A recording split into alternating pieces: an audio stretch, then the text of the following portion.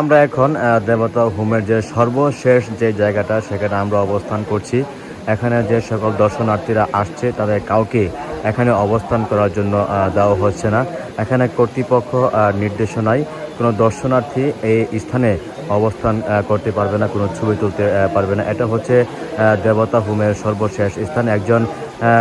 একজন লোক বসে আছেন, তিনি দায়িত্ব রয়েছেন যেন কোনো দর্শনার্থী এখানে অবস্থান করে ছবি না তুলে কেউ ভিডিও না করতে পারে। তিনি এখানে বসে আছেন। কোনো দর্শনার্থী যখন নৌকা থেকে নেমে ছবি তোলার জন্য প্রস্তুতি নেন তখন তিনি দাঁড়িয়ে বাধা দেন যাতে কেউ ছবি না তুলতে পারেন। আমরা এখানে অনেক বড় পাহাড় এবং এইখানে অনেক দর্শনার্থীরা কিন্তু দেখার জন্য অবস্থান করছেন। আমরা নবীনগর থেকে আমরা 7 জন সংবাদকর্মী কিন্তু এখানে সৌন্দর্য উপভোগ করার জন্য আমরা দেখতে এসেছি।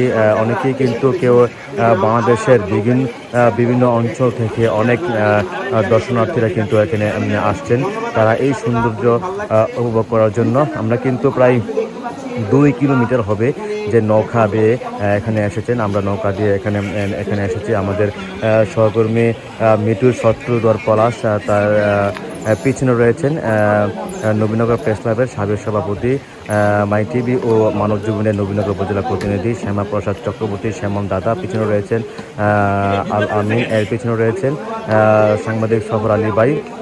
তার পাশেই কিন্তু রয়েছেন এস এম অলিউল্লাহ এবং নবীনগর প্রেস ক্লাবের সদস্য, বাংলা টিভির নবীনগর উপজেলা প্রতিনিধি পিয়াল হাসান রিয়াজ। অনুভূতিটা বলো। অনুভূতিটা হলো সৃষ্টিকর্তার আল্লাহর যে মানে সৃষ্টি, এত রহস্যময়, এখানে না আসলে বুঝতে পারতাম। আমরা অনেক উপভোগ করছি।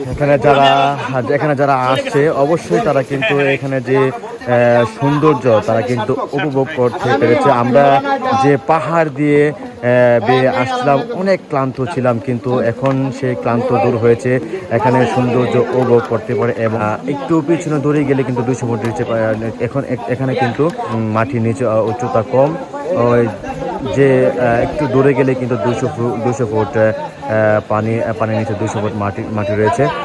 আমরা যারা বিভিন্ন জায়গায় যারা ভ্রমণে আসতে পেরেছি তারাই কিন্তু আমরা মহান আল্লাহ তাআলার যে সৃষ্টির যে কত সৌন্দর্য আমরা তারা উপভোগ করতে পেরেছি। এরপরও কিন্তু দেশের বিভিন্ন অঞ্চলে ভ্রমণ করার বাকি রয়েছে। দাদা, কেমন লাগে আপনার অনুভূতিটা বলেন তো এখানে এসে? আসলে অনেক ক্লান্ত লাগতেছে। আমি ভারী মানুষ হিসেবে আমার ওজন বেশি। আপনি তো পাহাড় পেয়ে ক্লান্ত ছিলেন, এখন কি ক্লান্ত দূর হয়েছে?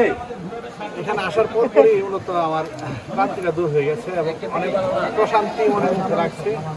আমাদের মিঠু শত্রুধর পলাশ দাদা, তিনি কিন্তু পাহাড় বেয়ে উঠেছেন এবং নেমেছেন, তখন কিন্তু অনেক ক্লান্ত ছিলেন। উনি এক পর্যায়ে বলেছেন যে তিনি এখানে আসতে পারবেন না, এখন কিন্তু তিনি সুস্থ আছেন, সবল আছেন।